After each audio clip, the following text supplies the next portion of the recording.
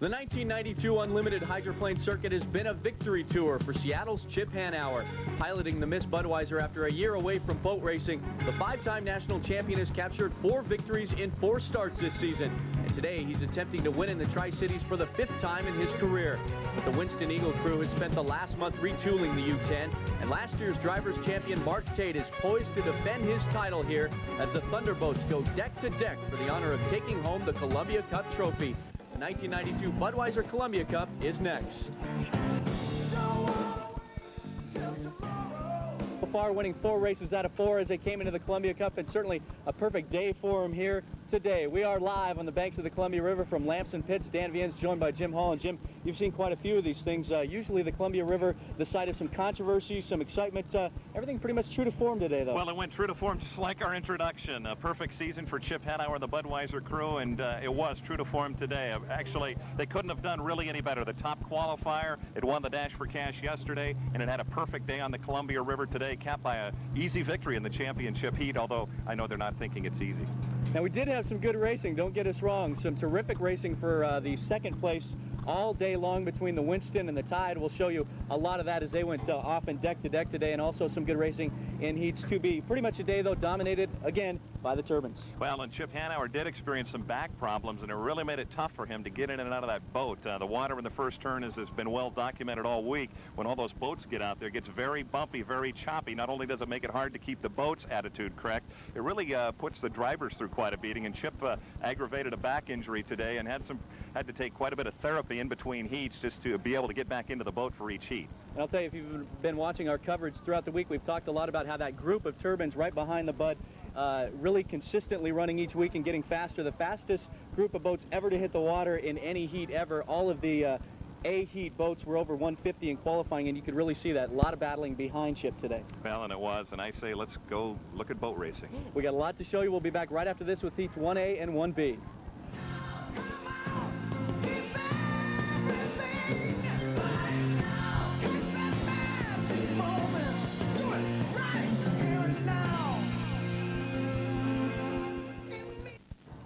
We are back at Lamson Pits, and now it's time to get to the racing. First of all, as we told you, all the heats in the fast heat as they run first in 1A, qualifying at over 150. Let's take a look now at how they stacked up today.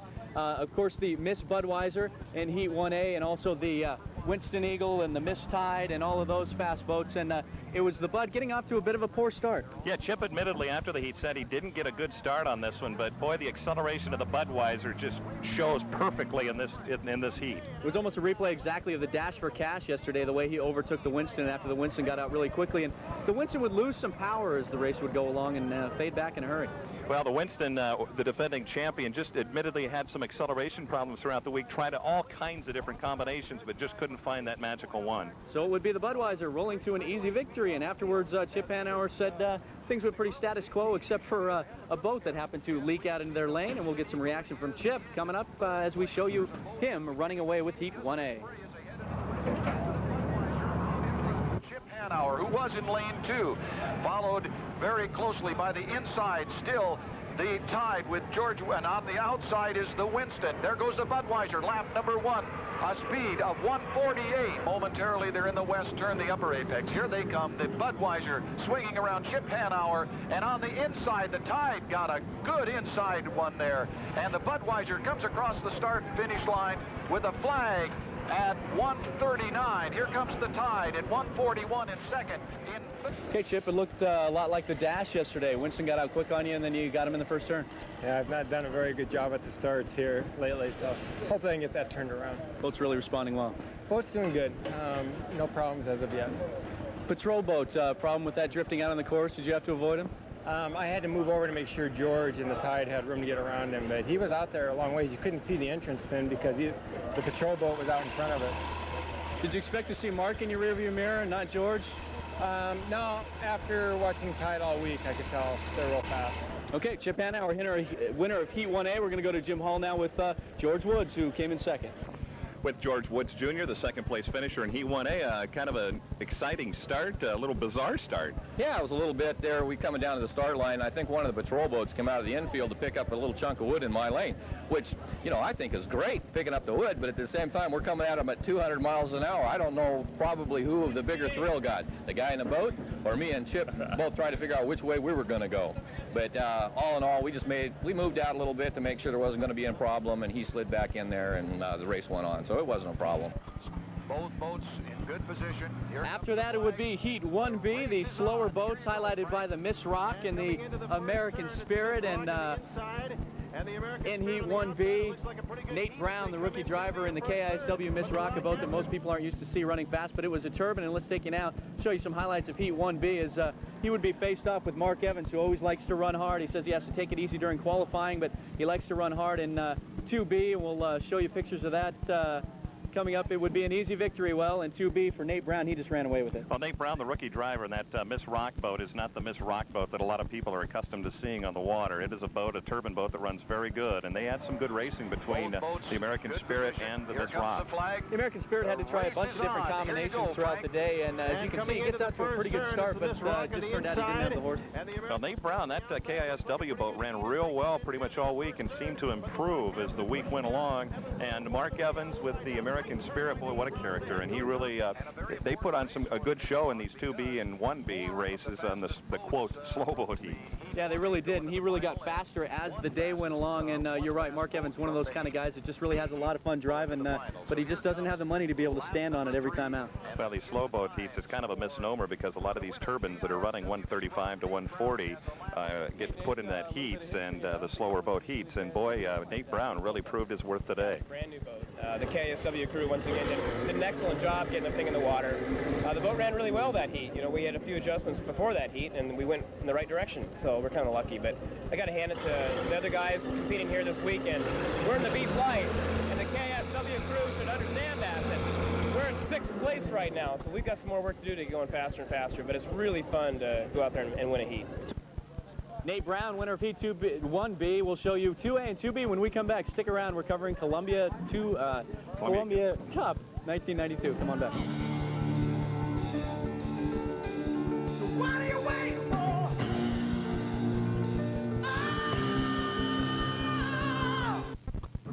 Heat 2B of the 1992 Columbia Cup, pretty much a carbon copy of Heat 1A, except for one thing as far as Chip Hanauer's start 2A.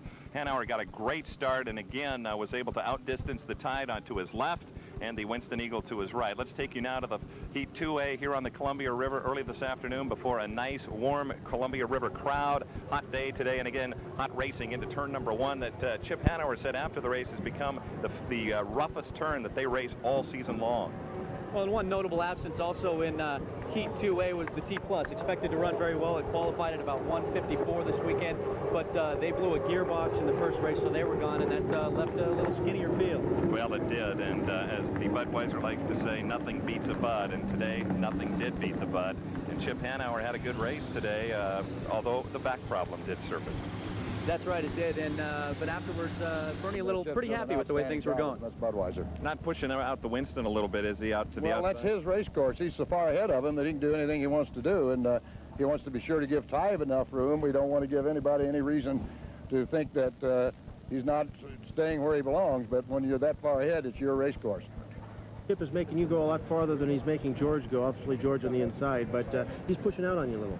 Oh, absolutely. Chip's running a real wide race course out there, and in return, I can't get to the inside of the race course, and I tried that one heat there, but then Chip tightened up, and George came out, and I still had nowhere to go, so I had to move back outside. But, yeah, he's making a long way for the Winston Eagle to go around the race course right now. Think they're ganging up on you there? Well, yeah, that's all part of racing. If you ain't got the horsepower, you're stuck in a position where you can't do much with, and all they can do is just go out there and drive the shit out of the boat and hope for the best. Okay. Mark Tate, definitely one of the hardest competitors out here, likes to drive hard, and you'll see, and coming up in Heat 3A, it got him into a little trouble, but 2B. 2B, again, a carbon copy of 1B. You had the American Spirit with the Miss Rock, and this was probably the most competitive race as far as deck-to-deck racing between the first and second place boat that we had all day. Great sight to see going into turn number 1 in Heat 2B between the American Spirit and the Miss Rock with Nate Brown at the helm. And 2B could stand for 2 boats because you see the Oberto getting out to start, but it would die. A lot of trouble with the piston engines today. Well, this has turned into a turbine sport, as we all know, Dan. You just don't hear the noise of these engines anymore. They're all going turbines the way to go, and it's one thing. It's generated a lot of people wondering if that's the future of the sport, given the availability of these engines. But whether they like it or not, turbines are here to stay, and they're dominating. You can see Nate Brown obviously running very well, pulling away from the American Spirit. The American Spirit running without a cowling, just in an attempt to get some more horsepower. Well, Mark Evans, yeah, he's doing anything he can to get into it, and afterwards he said he liked racing deck to deck. Yeah, Mark, you couldn't quite catch him, but some good racing there. Yeah, it is, man. Oh, Nate Brown, the rock boat's really hauling. That's a whole different situation for the rock group. I'm happy for him. We're playing with our stuff a little bit still, and just plugging away. Tried a new situation without the cowling. Almost cost us, you know, because getting up on planes, tricky deal to do. So we just kept on it. But man, that's fun racing. I like that deck-to-deck stuff. Gets me wound up. It'd be better if we came in first, of course. But hey, it's good racing. Mark Tate always wound up, though. Well, and so are those thousands of fans on the Columbia River, and they, too, love that deck-to-deck stuff. We've got 3A and 3B coming up, some of the best racing of the day. Stick around.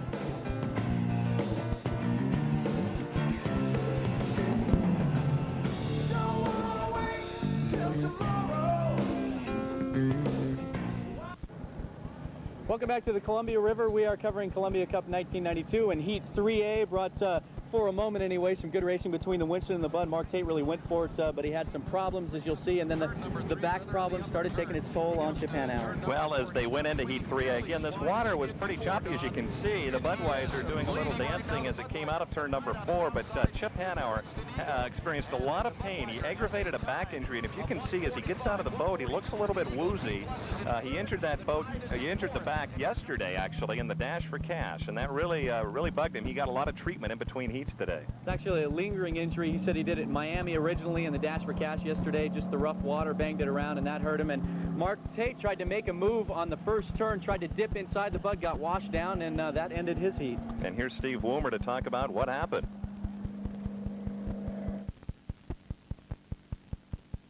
What happened out there?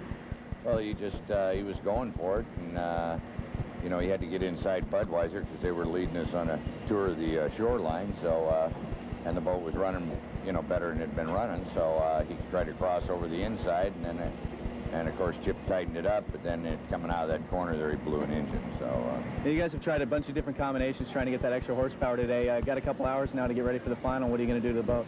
Well, we always save the best for last. And they would indeed, and you will see that coming up in a moment. But first, Heat 3B, and 1B and 2B were two-boat races. This one quickly became a one-boat race. The American Spirit getting out quickly and running very hard. Mark Evans finding the right combination for his boat.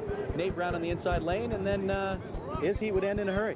Well, yeah, Nate Brown actually right at the start went dead, and it was pretty much a parade for Mark Evans. As he said afterwards, he was able to wave to his fans on the shore, and there, as you can see, the Miss Rock going dead in the water, and that was really critical for them, because had they won that heat, the Miss Rock, they would have been in the final.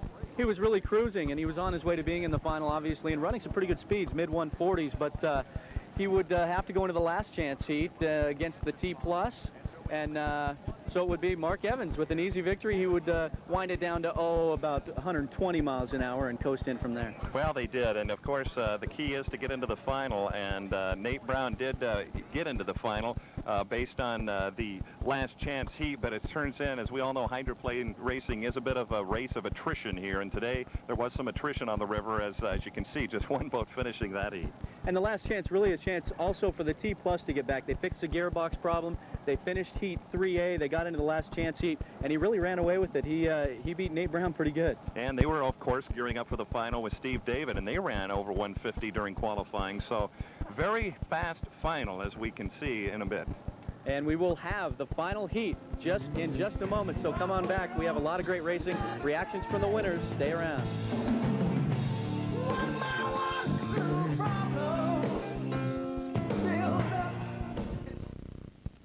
Well, it all came down to the final heat. Columbia Cup 1992. Miss Bud was cruising and would cruise again, as you'll see, but a great race for second place. Well, the Tide ran second in virtually every heat today on the Columbia River. George Woods Jr. had that brightly colored boat running very well, and oddly enough, They talk about how rough it is at the very inside, that lane 1, and not a lot of drivers like to pick that. But George Woods ran there all day, and he didn't mind that, and he chose lane 1 to be on the inside of Chip Hanauer for the final. Chip Hanauer has the fastest qualifier, and obviously the winner in the first 3 heats had his choice of lanes. He took lane 2. He thought the water was a little better.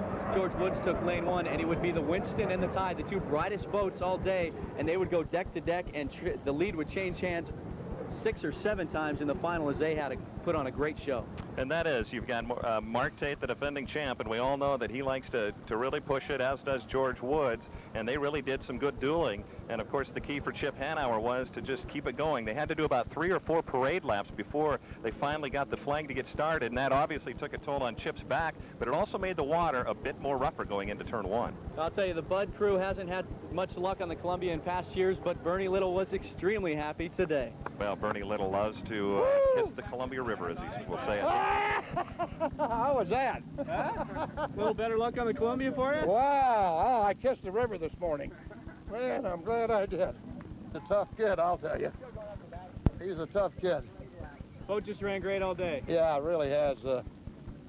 Well, a crew makes a good driver, and a good driver makes a good crew. He's driving the hell out of the boat, and they're working like hell to keep it going for him. Was there any point during the day that you didn't know if you could maybe get him back in the boat, or was? Oh no, you know it's funny. Sports has a way of somehow you feel the pain, but you're somewhat detached from it while you're doing it. It's kind of a neat feeling. You're kind of numb. You're aware of it, but it doesn't affect you until you get back up, and then you're quiet and you relax, and then you feel it. You've enjoyed some good success on this river, any more so than today, as far as a perfect weekend? I can't remember having a weekend like this where we were fast qualifiers, set records, won a money event on Saturday, and then swept all the events. And 5 in a row. I never dreamed that would ever be possible. Here with George Woods Jr. and the Tide, finished 2nd this year in the Columbia Cup. Heck of a race. Oh, I'll tell you, you know, the Tide ran very, very well all weekend long, and you know, we'd done well in the preliminary heats, and we tangled there with Mark there for all the laps. I'll tell you what, I drove the boat for everything it was worth, and lane 1 was a little quicker way around the course, but I'll tell you, it was rough in there, and the Tide crew, they made it all happen. So another victory for the Budweiser, and it would be Chip Hanauer's 5th in 5 starts this year, and his 5th on the Columbia River. Yeah, Chip Hanauer, oddly enough, is one of the Atlas, the Squire Shop, the Miller American, and now the Miss Budweiser, and he now got an even 5 wins here on the Columbia River, and of course he's 5 for 5 on the unlimited hydroplane racing circuit for the year. And I think we saw a couple of things here. Obviously, we saw more of the turnover from the piston-powered engines to the turbines, dominated by the turbines this week. We also saw, again, that gap between the rest of the field and the Budweiser tighten up a little bit. Well, when you have all those boats that were qualifying at over 150 miles per hour just to get into this race, you could see definitely the Budweiser is far superior as far as getting the acceleration, but those other boats are gaining ground on the Budweiser, and I think it shows that 5 for 5 is quite a feat when you got so many top boats racing on this circuit now. Now, you've got a lot of experience watching this circuit. It was one that was given up for dead a couple of years ago, but it's really come back. Well, the sponsors have jumped in. Like Tide has come in and kind of helped out that camp, and Winston Eagle has come in. They've lost some big sponsors, but that certainly is the key. And Budweiser, the success it enjoys with Bernie Little and now Chip Hanauer, it really is interesting, and everybody speculated on how Chip Hanauer would mesh with the Bernie Little crew, but so far so good from what we've been able to see. It is, and really for the first time in a long time, there are 6 or 7 sponsors we can see as we look down the pits, and we know we're going to be back here next year for the 28th annual Columbia Cup. It was a heck of a day. It was a great weekend for the Budweiser crew and for the Tide crew, and our crew also. A lot of thanks to the people that helped put this show together, and also the Water Follies Association, a great event. Well, every year it seems to get better. The crowds very well behaved from what we've been able to tell, and great racing on the river, nice weather, and it's nice to just kind of have things run smoothly for a change. We didn't have any serious accidents at all today, and everything really went according to plan, and perfectly according to plan if you're wearing the red, white, and gold colors of the Budweiser team. And that is a great point. Everybody walked away today, walked away uninjured, unscathed. It was a great day.